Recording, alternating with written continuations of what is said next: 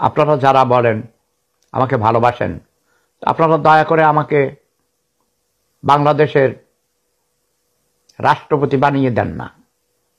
একবার দিয়েই দেখেন, 5 বছরের জন্য দেখবেন আমি কি করতে পারি।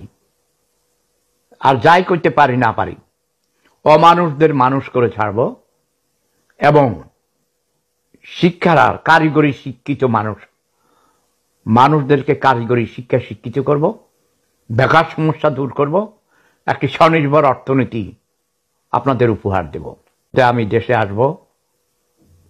আর যদি রাষ্ট্রপতি নির্বাচন যদি গণভোটের মাধ্যমে করা যেত, তাহলে আমি রাষ্ট্রপতি হিসেবে প্রতিদ্বন্দ্বিতা করতাম।